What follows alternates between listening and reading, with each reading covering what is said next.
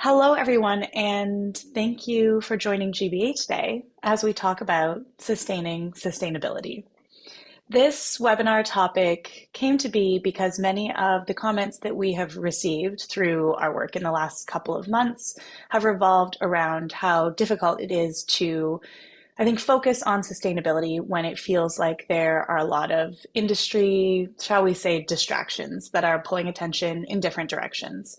Whether it's tariffs or EUDR or otherwise, I think that it's safe to say many organizations feel overwhelmed by the prospect of starting new initiatives at a time when it feels like there's always a new curveball to navigate.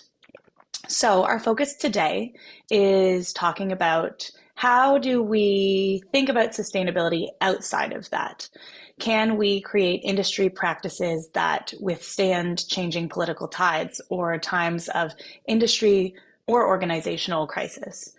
GBA has talked a lot about how sustainability can be intrinsic rather than something, weighing down the ship when the waters get rough. My name is Jarin Pintana. I am the project manager for GBA, and today I am joined by Brad Farmer of Gibbs and Kay Rollans from Brush Education. I'm also going to mention in attendance are some other key GBA people, Brian O'Leary from BISG, Karina Urquhart from BIC, and Lauren Stewart from BookNet. And I may ask the three of them to, chime in here and there. But to get started, I'm just going to turn it over first to you, Brad, and then to you, Kay. And if you could please just give us maybe a little intro and talk about, why your interest in sustainability and your, connection to sustainability work. So, Brad, over to you. Sure, absolutely. Thanks for inviting me to participate in this. I'm Brad Farmer, the president of the Gibbs Group. We are a trade and K-12 education publisher based in Utah. As far as me personally, what's driven me to this direction is I started my career in finance and was working for Merrill Lynch and really did not feel fulfilled. I felt like I had a good career path, things were looking good, but I just wasn't feeling like I was going in a direction I really wanted to contribute to society a little bit more. And so I noticed that there was a publisher in my area, so geographically located close to me, that was looking for some help in the finance and operations area. And they were already very conservation minded. The president of the company, the founder of the company, Gibbs Smith, had been the president of the Sierra Club in our area. They were very well known for books and practices that were very community oriented. And so I joined them in 2004. And then we've just kind of continued on that path with my personal interest in trying to help contribute positively to the world, as well as the corporate interest in that way. And hi, everybody. Brad, nice to meet you. You too. I'm Kay Rollans. I'm the managing editor of Brush Education. We're a very small higher education publisher based in Edmonton, Alberta, Canada. I also serve on the board of the Association of Canadian Publishers, and as the co-chair, I saw my other co-chair here, Jen Knock, of the Environmental Sustainability Committee at the ACP. And on the board of the Coalition for Diversity of Cultural Expressions, which maybe sounds like a different, not sustainability related thing, but at that organization, one of our goals is getting a culture goal added to the UNESCO SDG goals in 2030. As another perspective on a really important aspect of sustainability, which is culture. And I really believe, we're talking about publishing too, that culture is a really important ingredient in not only sustainability within publishing, but harnessing that power of culture to push sustainability goals across all other sectors and the rest of our lives. So I'm involved, I guess, in sustainability work in that way.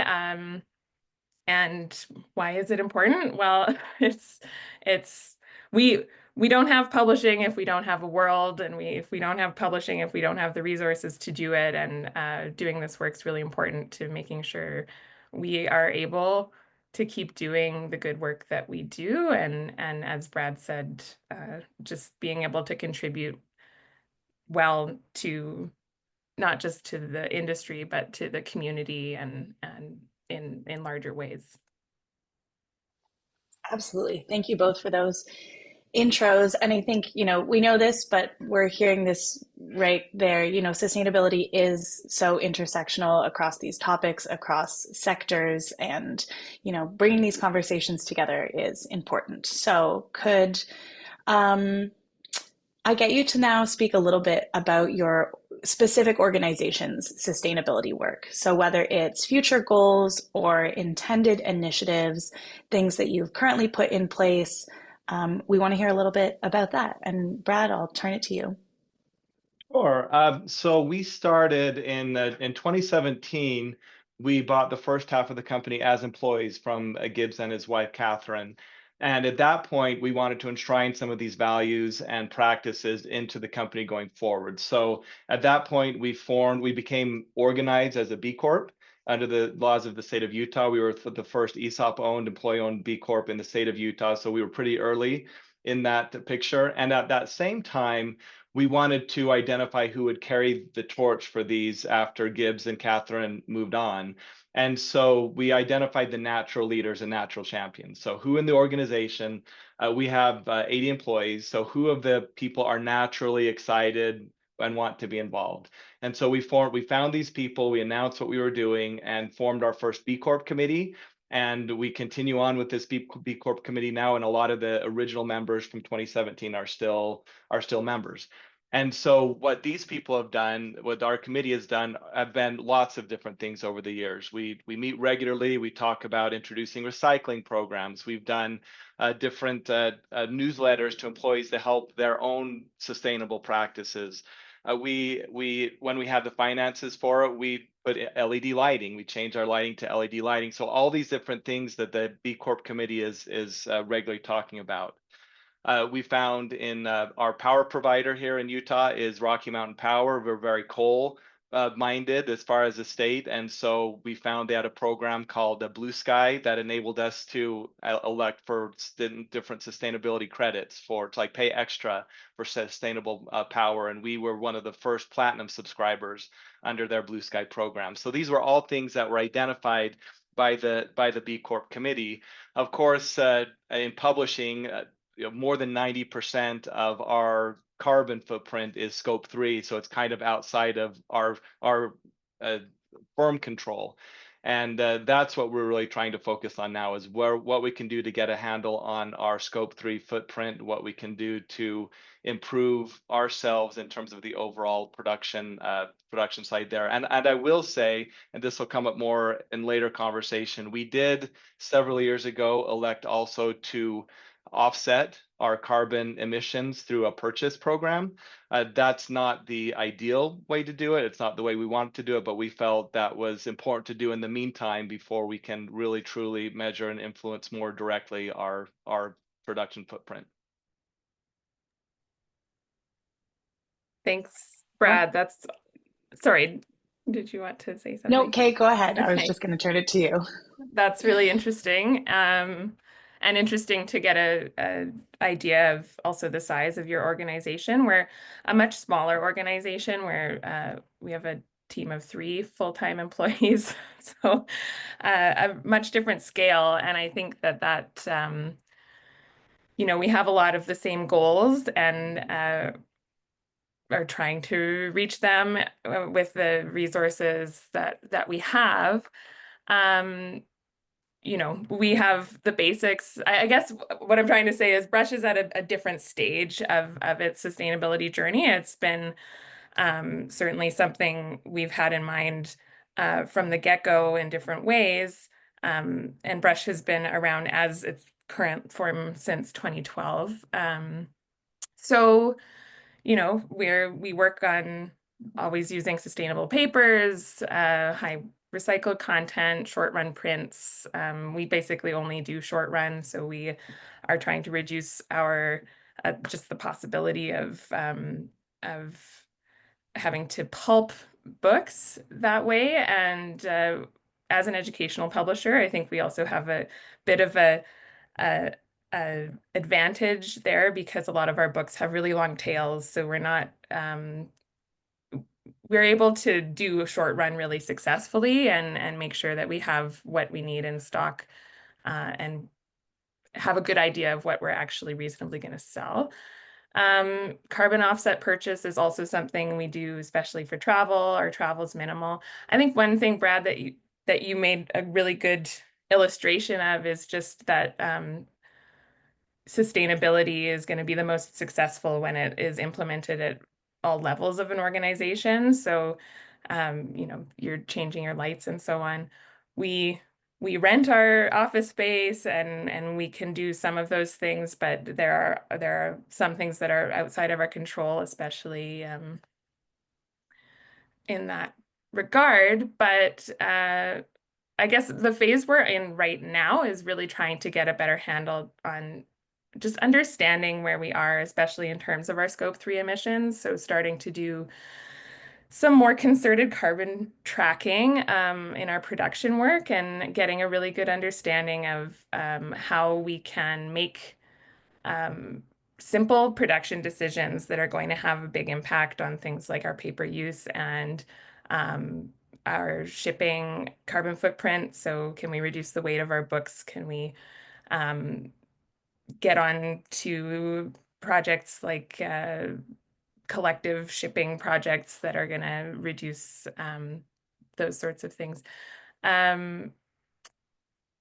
But yeah, we're at a bit of a different stage, and we're not a B Corp. I think that's something that I've been talking about a lot too with other with some of my colleagues from other presses is should we be B Corp? Should we be looking into this? What are the reporting requirements? And I think as a really small organization, those are important questions when we're talking about balancing the resources of the organization against its goals. And as an organization, as Brush as an organization has decided to try to take some of the leadership and the tools that have been made for us, the directions that have been set out, and try to really focus on just doing the things we know are going to have an impact rather and putting our energy towards those things that we know right now are going to have a positive change rather than trying to figure out how to dedicate resources as well to the reporting requirements which at this time are just would basically take up everything we have, just trying to figure that out. So that's where we are as a really small organization. It's just what are the things that we can identify that we can do that even if we're not measuring them in really granular ways, we know are going to be moving our organization in a positive direction for sustainability. Thanks so much. Okay, I want to mention, you said that you're, in a very different place, but I think it's so important to be having these conversations from all of the different starting places because I think sustainability is so kind of patchwork right now in the work that's being done. Everyone is all over the place and starting at different points. And I think it's really daunting if the only conversations that we're having are, high level, high resource, because that's not accessible to a lot of people. So really appreciate for sharing those perspectives. And Brad, one thing that stood out to me that you said, finding the right people is something that was really important in getting this work off the ground for you. And I think that stands true across this. Yes, we are all trying to do work to convince a certain, I think, number of people, but also finding the people who don't need to be convinced, who want to do this work is so essential. And, for those of you who are watching or on this call right now, you are making the effort to learn about sustainability initiatives in publishing. So remember that you are part of those, right people doing this work. And okay, so I will say, yeah, I think a through line here is it is hard work. It does take time. It takes money and resources. Something that is so incredibly abundant in our industry. And so, there are a lot of factors outside of our control. So, could you tell me a bit about the why behind your organization or your personal or kind of the philosophy of the dedication to sustainability? That's a big question. But, why is it important to you? What keeps you going when the going gets tough? Brad. So just kind of going off a little bit, Kay's prior answer before I go to your question. Yeah, I think in every organization, people have to wear multiple hats, particularly in publishing. There's no way to avoid that. And we're very envious of the larger publishers that have a sustainability guru or teams or organizations that can track everything. And that just doesn't happen. But it really does make a big difference if someone's wanting to put that hat on. Say, this is a hat I'm willing to wear. It's a hat I wear in my personal life, and then they're willing to work and do more, kind of, as opposed to one that, okay, you're being assigned to be the sustainability guru for the company. So I think I can answer the question about why our dedication actually pretty quickly. I think from the very beginning, when I started the company 21 years ago, we had the concept, Gibbs and Kathy had the concept of the company as a family farm, where it would go generation after generation after generation. It was never I build this for a quick sell or a quick buck, or I'm going to go do this for a few years and do something else. And so everything that we've done in those years has been preparing for the future and thinking about the future. So things like our ESOP ownership structure enables financial transition, ownership transition. Our leadership structure is designed for resilience and succession, so that people can come in and work and continue to kind of move in and move out.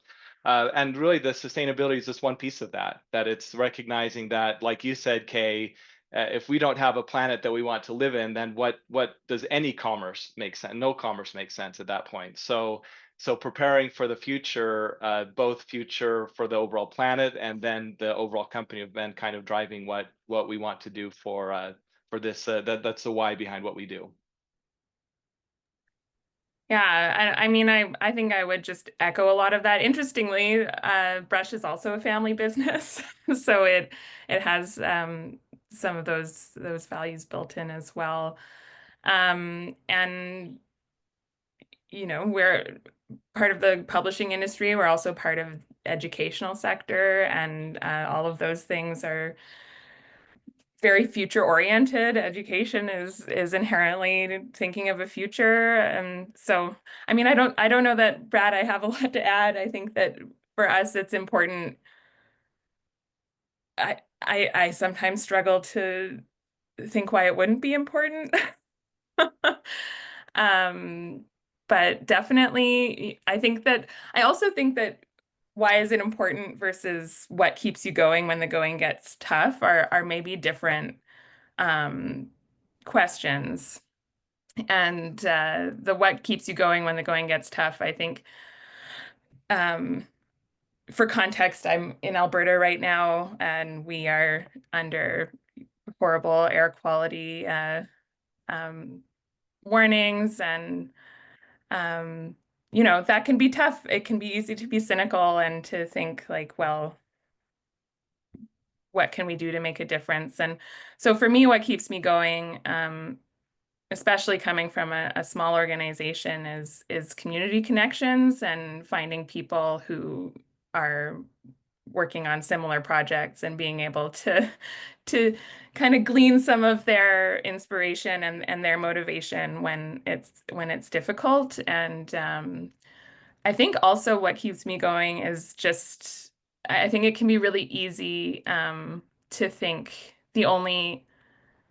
way that the only valuable way I can contribute to this is in a big way. And in fact, I think every contribution is valuable, and it's important to just understand that even if you're chipping away at it like we are and trying to find your way and doing what seems like little things, those things are going to add up. So trying to sort of take a different perspective on it and valuing your contributions, no matter how big or small they might seem. Thank you so much for that. Yes, I agree. The why and what keeps you going are maybe two different things. I think both of you really cited, the values of the organizations that you work for, which is, I think, really, really excellent. And seeking, yeah, that community or, inspiration from those who are around you. I think, as Brian has said, a coalition of the willing. Um, so I will just say, as GBA, that's something that we are striving to do, is to create a space where people can talk about sustainability things, where we can find, connection, community of people who are dedicated to these things.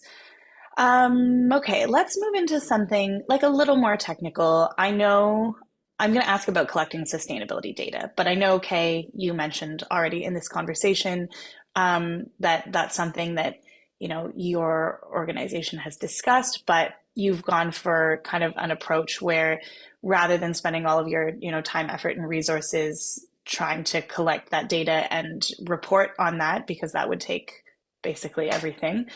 You've gone for what can we actionably do that we know will make a difference, even if we can't calculate, the exact numbers.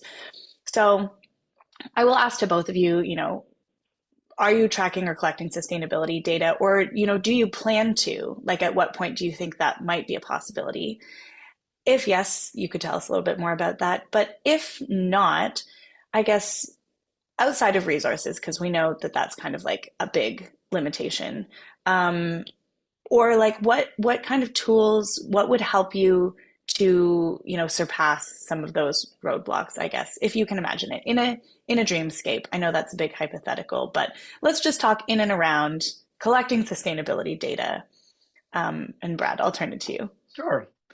So we started actually in 2015 using B Corp's impact assessment. Now you can use the questionnaire. It's very involved without actually paying money or certifying.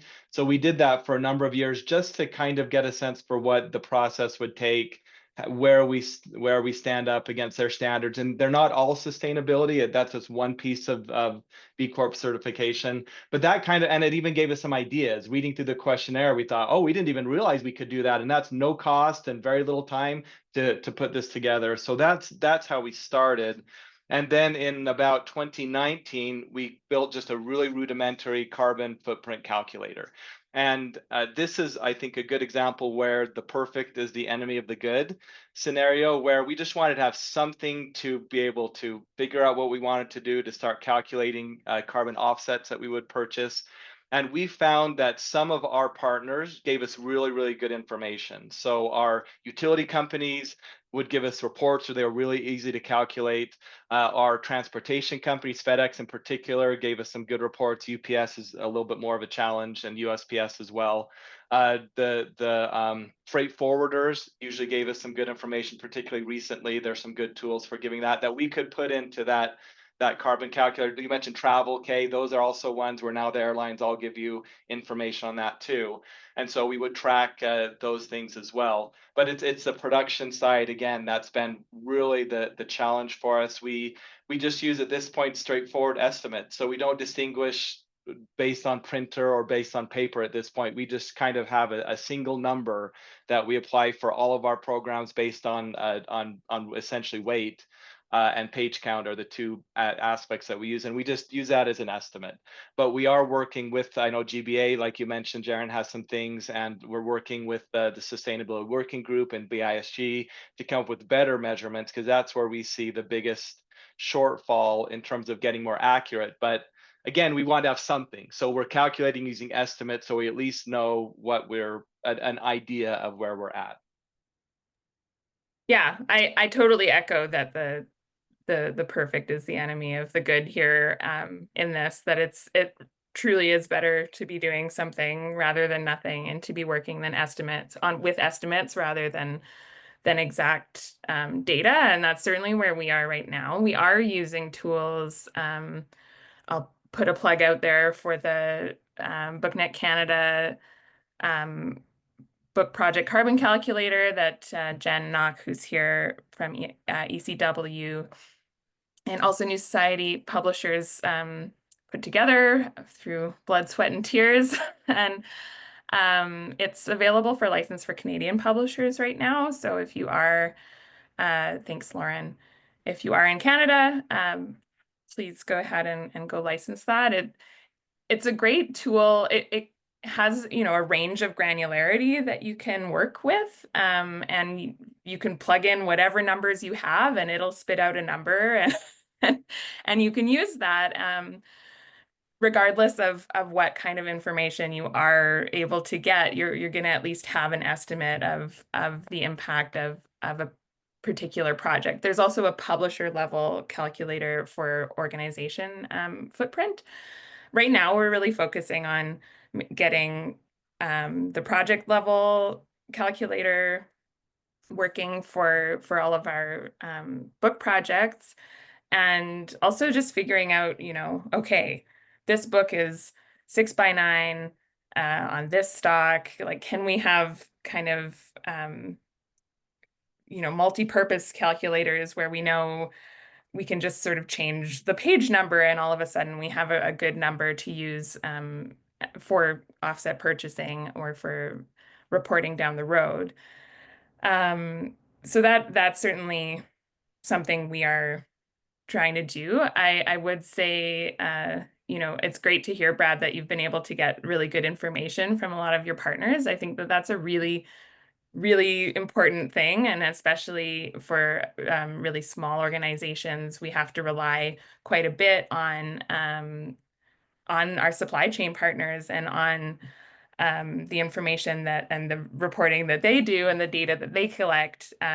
So that's continuing to talk with them and to work with them and to tell them the kinds of information we're hoping to get is, I think, another important thing that small organizations can do, is just be part of the conversation, be that little gadfly saying like, hey, I want to know this. I need to know this. I would really like you to know this. And getting all of your partners on board on those projects, that's something that can help overcome roadblocks, and by having more, what was Brian's term? More willing people working with you on it, and also finding ways to be able to take advantage of partners with more infrastructure, with more resources in that way, and being able to use their data as it applies to you, I think, is also really important. So I guess just remembering that you're not necessarily starting from zero, even if you feel like you're starting from zero, because there are a lot of people who can provide you with quite a lot of information quite quickly if you find the right person to talk to. Just to echo, I think, off of that, like the publishing supply chain is interesting and can be challenging, and having those conversations about sustainability is essential because you cannot get all your numbers as just one, part of that link in that chain. So GBA plug, I will say. GBA has a publisher printer sustainability checklist that is specifically designed for having conversations about sustainability. I'll throw that in the chat. But we are actually also in the process of expanding this to include retailers and distributors. And this is a great, starting point and learning point, even if you're maybe not even ready to have those conversations. Just as Brad said, knowing what is possible, knowing, being like, oh, I didn't even know we could be doing that, or maybe we don't have the resources to do X, but it's good to know that that is an option down the line. Okay, so I think we've sort of talked about, resource constraints, so we won't get too much further into it. I think it's excellent to keep, directing conversation towards like what can be done, and it doesn't have to be all or nothing. Doing something just okay, or even like a little bit badly, is better than just not doing anything at all, because that just keeps us stagnant. So let's move to talking about, part of keeping sustainability at the forefront of people's minds is, continuing to have these types of conversations. So at an organizational level and, as an industry, how do we make sustainability a continuing priority? And I'm also going to throw this out to Karina, Lauren, and Brian as well. But Brad, I'll get you to start, so I'll let them have a moment to think about what they might want to say about this. Sure, of course. So I think I think first off, it already kind of is with a lot of people going even back to the champions. People are thinking about it as consumers. People are thinking about it in their businesses. And like one thing, just one conversation we had internally last year, we were planning to our original budget had us removing the carbon offset purchases for the resource balancing and everything. And when we took that budget to our board and our management team, they actually decided to bring it back. And one of the reasons is because we don't have stats for this, but anecdotally, we are seeing an increasing number of inquiries from the retailers, from institutional buyers about our sustainability practices. So being able to say, we're doing this, we're B Corp certified, where sometimes that's on a checklist that retailers and that institutional buyers have. And so there's a growing number, again, anecdotally, I don't have the stats, but there are a growing number of institutions that are looking to partner with people and purchase from companies that have these practices.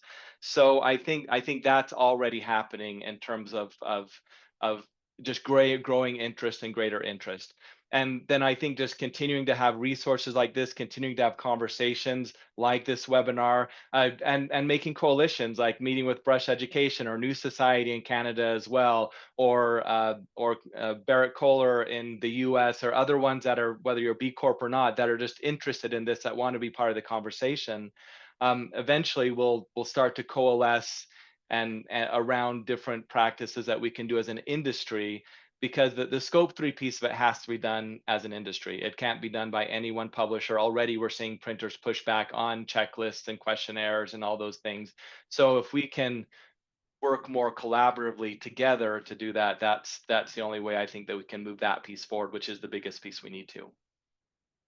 Yeah, I definitely echo that. I think there's power in numbers. And when we're talking about resources and not having enough of them, again, there's power in numbers. So if we can find ways to collaborate and to work together on similar initiatives, even working together just on speaking with our supply chain partners and making a real business case for them that this is something that they need to do, not just because it's good, but because it's going to be good for business, that people are wanting it more and more.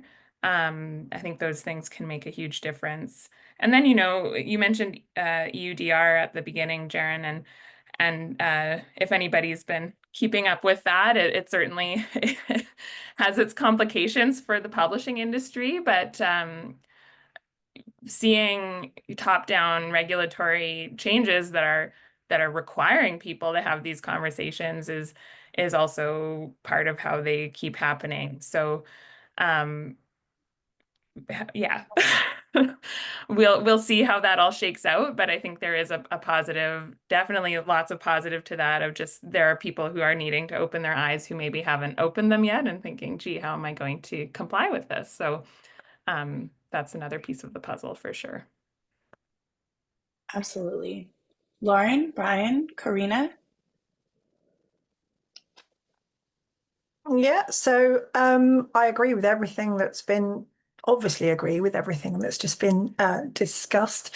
I think in terms of industry, keeping the conversations going, keeping sustainability a priority across the industry, BIC as the supply chain organisation in the UK, and obviously part of GBA, for us, one of the key things is to keep talking. So is to continue to have those conversations across the supply chain. So BIC's Green Supply Chain Committee has representation from all types of organisations across the supply chain in the UK. And they work continuously on a rolling green work plan. But I think one of the one of the things to think about really is how do we keep those conversations fresh? How do we continue to motivate? How do we continue to inspire and encourage people when it might seem difficult with other priorities and everything else that's going on? So I think just sort of spotlighting and focusing on certain areas that are achievable. I'm not saying we should always take the easy option, but I think we have to balance quick wins and that sort of positivity against those tasks and challenges that might appear daunting or maybe initially unachievable, and perhaps break those larger tasks down into smaller deliverables. I know I'm probably stating the obvious, but I think sometimes if you're coming from a small and a large organization, looking at the end game of where you want to be can actually probably be almost be the worst thing. It just sort of break it down into bite-sized achievable pieces. And one of the areas to sort of help with that, what we've been doing at BIC is putting together a Sustainability 101 guide series, and that literally is doing that. It's breaking it down into bite-sized chunks, saying, you know, what is sustainability? What do we mean by you know, sustainable procurement? What is a carbon calculator? Because we're all having conversations around these topics and we're all familiar with those terms, but there will be people across the industry that feel they should know, but they're too afraid to ask, and they may feel then excluded. Sorry, I'm leaping around a bit with suggestions and ideas. So I think it's baby steps on the one hand, but then also it's achievables, celebrating success. I think one thing this industry, certainly when it comes to sustainability, is perhaps not so good at is shouting collectively about all the good work that's being done. And I think there is a lot of good work being done, and I think we can do more to share that, both in the UK and in the US and around the world as well. So that sort of feeds into motivation and inspiration and sharing ideas, case studies, success stories, etc. And one thing of encouragement to note that's been touched on, I think, is particularly if you're coming from a smaller organization, the point about the supply chain, it is a chain that none of the links work in isolation. We all have to be in that chain together.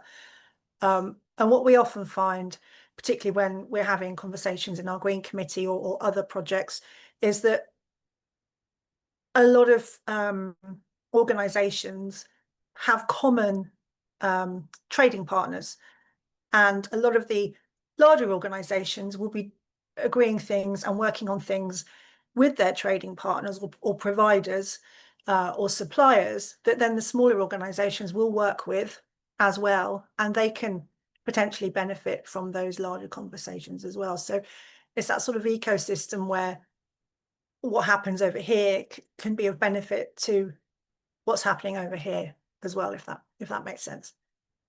So I'll just yeah, sorry, I can keep going and going, so I'll stop.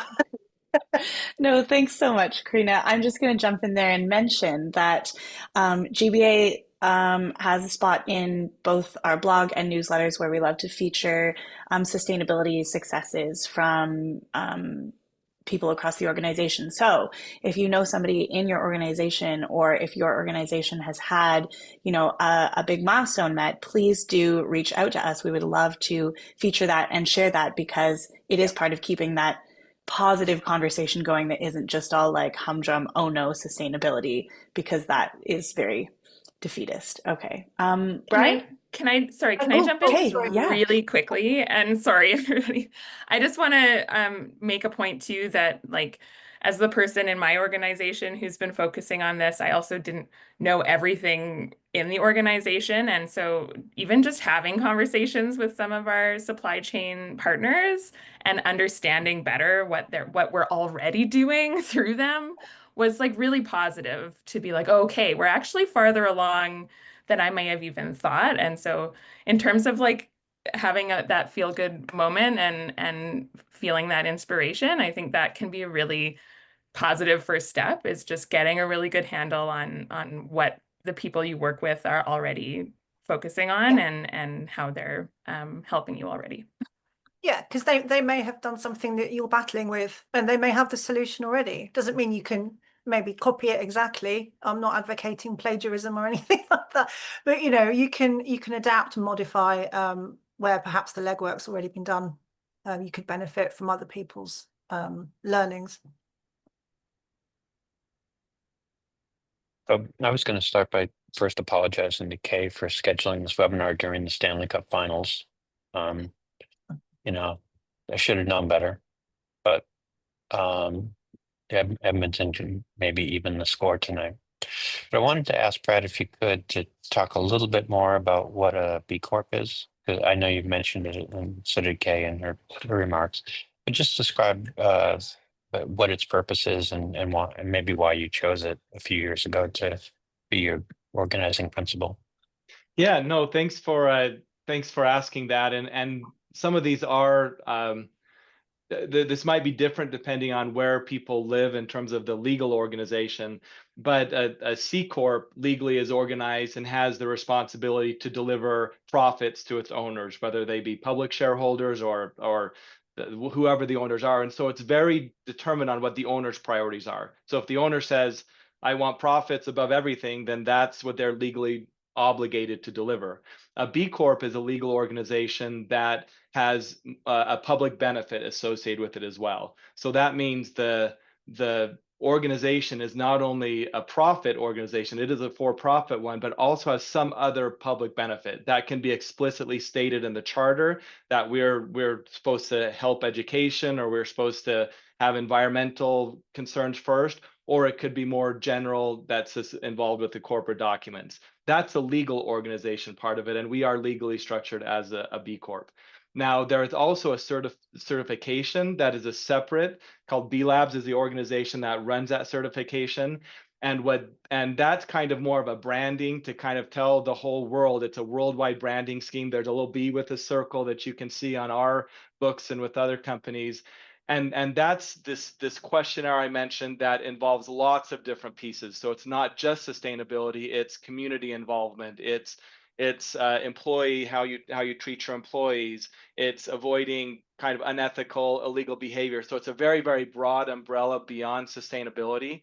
But basically, you have to achieve a particular score on that B Corp questionnaire across all of the different standards that they have in order to get certified. And then B Labs comes in and audits your questionnaire, make sure that what you're saying is actually true. And then they give you that ability to use that branding. And we actually chose to become certified and get that branding 3 years ago because we started having people ask us about it. And so we thought, if people are going to ask us if these are our standards, we can't just greenwash. We can't just say blah, blah, blah, blah, blah. We want to have a third party come in and say, yes, you are doing what you're saying you're doing. This is the kind of company you are. And so now we can use that brand.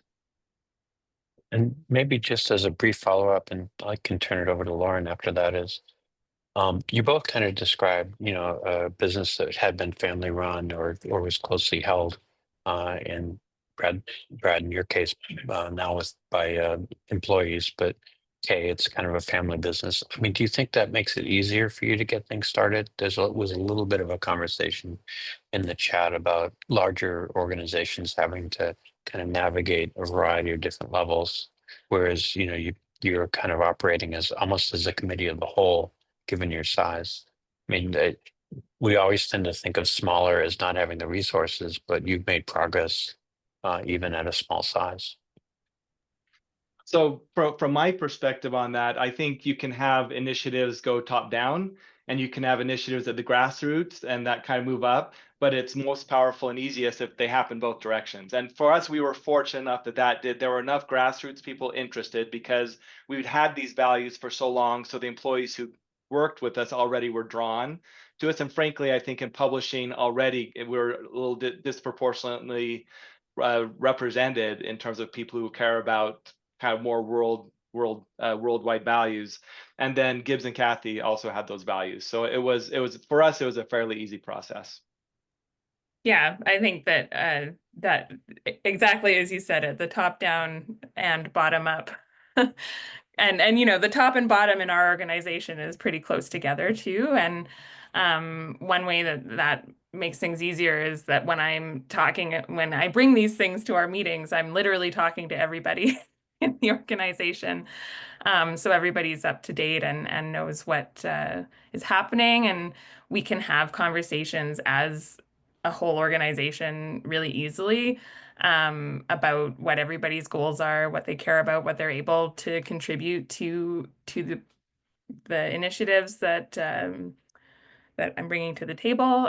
So I think in a lot of ways that does make things easier. And then also just being my connection to a national organization and being able to be connected to a national community of people who are interested, and the frustrations of trying to build that community, but also like that's a huge benefit too of I guess that's not being a small organization, but it's something as a small organization that I've been able to do to expand my own connections.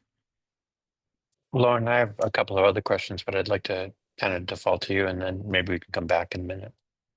No, I think the only thing I would add that hasn't already been covered really well by everyone else that's already gone would be not to ignore the education aspect of this and ensure that part of kind of building in resilience in the company and in your teams, particularly as people move into different roles or take on more responsibilities, is to not ignore that there is a significant knowledge barrier here. A lot of this will be very new to people in the industry, and having to kind of intentionally plan and direct people to resources and direct them to communities to help build that knowledge base. And even for yourself as well, it targets are moving, knowledge in the field is expanding as science moves. And so it's really important to stay on top of things and ensure that that knowledge doesn't just become captured within one or two roles at your company. But that's the only thing I'd add. But Brian and Jarin, please feel free to take over again. Brian, I'll hand it to you in just a moment. I love all these questions. I do just want to say in our last about 10 minutes, if our attendees, if you have any questions for the panelists, please feel free to, jump in, or to Brian, Lauren, and Karina if you have any questions for them. But I'd also like to take a moment to turn it to those who are, watching, as an opportunity to share as well. If we talk about having these conversations. This is a space where we would love to hear if you've had any, successes, but also like what are the challenges that you are facing in making your publishing processes more sustainable. So if anybody would like to share or add their 2 cents to this conversation, please feel free to jump in at this point. And since I'm already talking, I also do want to take a short moment to talk about the carbon calculator that was mentioned earlier, originally, built by the wonderful people at ECW Press and New Society Publishers.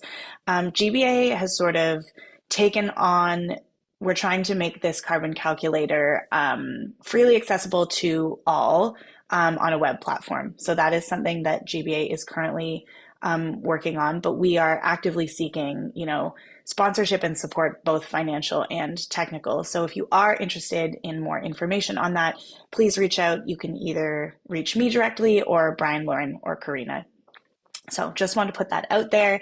And again, if anybody who is watching currently would like to chime in or share, we'd love to hear it. Otherwise, Brian, I know you have more questions, so I will send it back to you. I can be quiet for 15 seconds to see if anyone jumps in.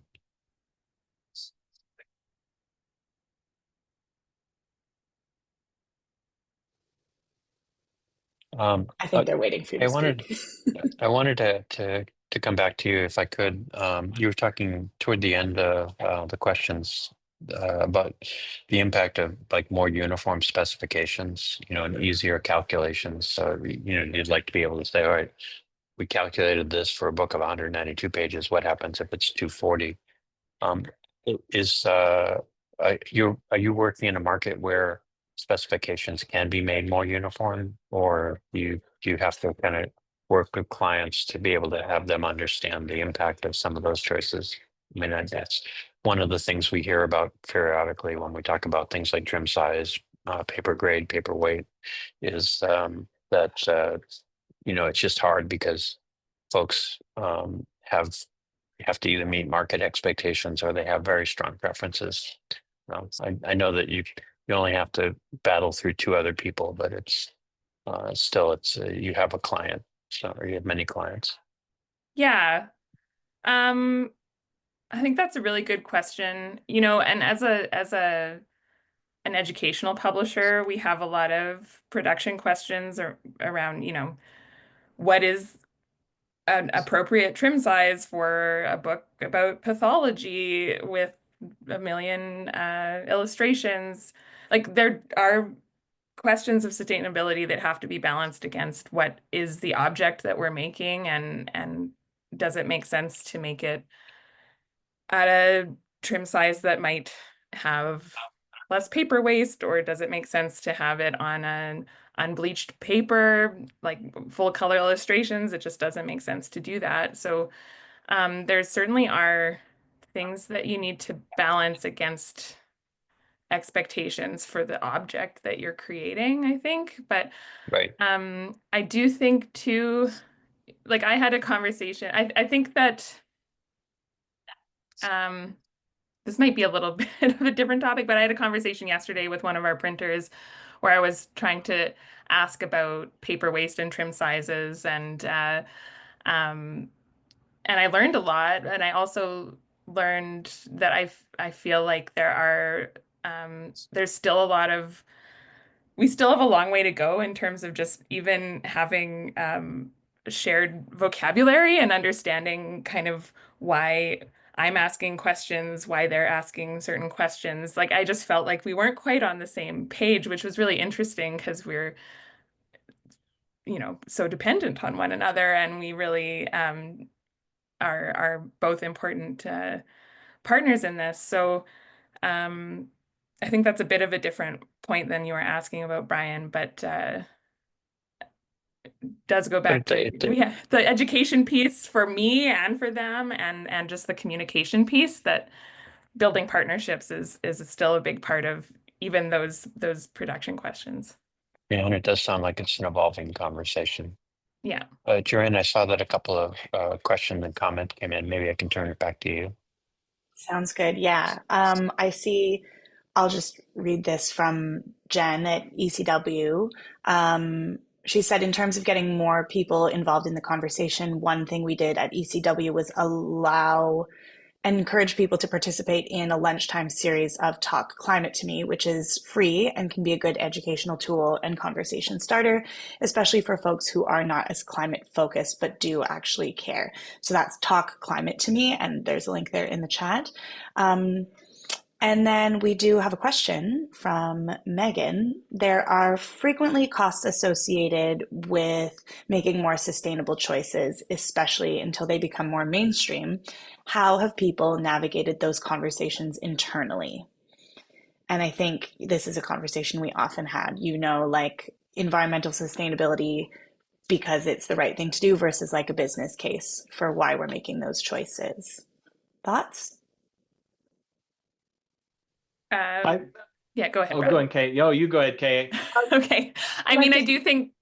Can I just just a health warning, not to get into the commercial, although we're talking about commercials, not to get into the commercials in detail, if that makes sense. If they're just a polite ask, just so we're staying neutral. Thank you. Sorry, associated more sustainable. Yeah, so the costs associated. I think that this is one place where being a smaller organization is a really big benefit, that it is easier to get fewer people on board altogether, and in that way, it becomes a mission and the cost is associated with the mission. And there are still lots of questions of balance, and I think there are lots of questions of how do we make the choices in a smart, intelligent way so that the costs are as sustainable for the business as possible, because that's another, we try to think of sustainability in that broader sense too, that there's no sustainable brush education if there's no brush education. So we do need to, it's not just throw as much money as possible until we have to close our doors. There's a lot about trying to make the right choices for us, but understanding that that's going to come at some cost, and yeah, keeping track of that and trying to constantly make the balance. But yeah, being a small organization, I think is sometimes a big boon in that particular way. So I think for us, just really quickly on that, this is actually a challenge because most of our sustainability knowledge is in the brains of two very experienced and capable production managers who talk to the printers all the time and understand. And so sometimes there are decisions that are made really far upstream that are too hard to change when it gets to the brass tacks of production. And if we can communicate better farther upstream to say, okay, trim size or whatever things. And also the fact that if we were to lose one of those people, then we have to train someone else or find someone who happens to have the same level of sustainability knowledge. So this is one of the reasons that we're just looking for more transparency throughout the supply chain. And so we're not dependent on their experience to help us guide, but we can actually have editors and other people just from the very, very beginning, specking out a book, talking about a book and the sustainability pieces of the book from the very, very beginning, instead of having that at the production side. So having enough information to guide your choices. Exactly. Throughout the organization, like Kay said, it's easier. For us, there's more of a stream and more of a disconnect. Wonderful. Okay, everyone. That really brings us to the end of our hour. Thank you so much for joining. A very big thank you to our panelists, Brad and Kay. That was an excellent and very insightful conversation. If anybody has any follow-up questions, please feel free to reach out to me. I think my email is in the chat several times. So throw us your questions. And again, we want to hear about your sustainability wins, big or small. GBA is hoping to serve, as a hub for these types of conversations. So that's all, folks, and enjoy the rest of your day. Thank you so much. Thanks, everybody. Thanks, everybody. Thank you. Bye-bye.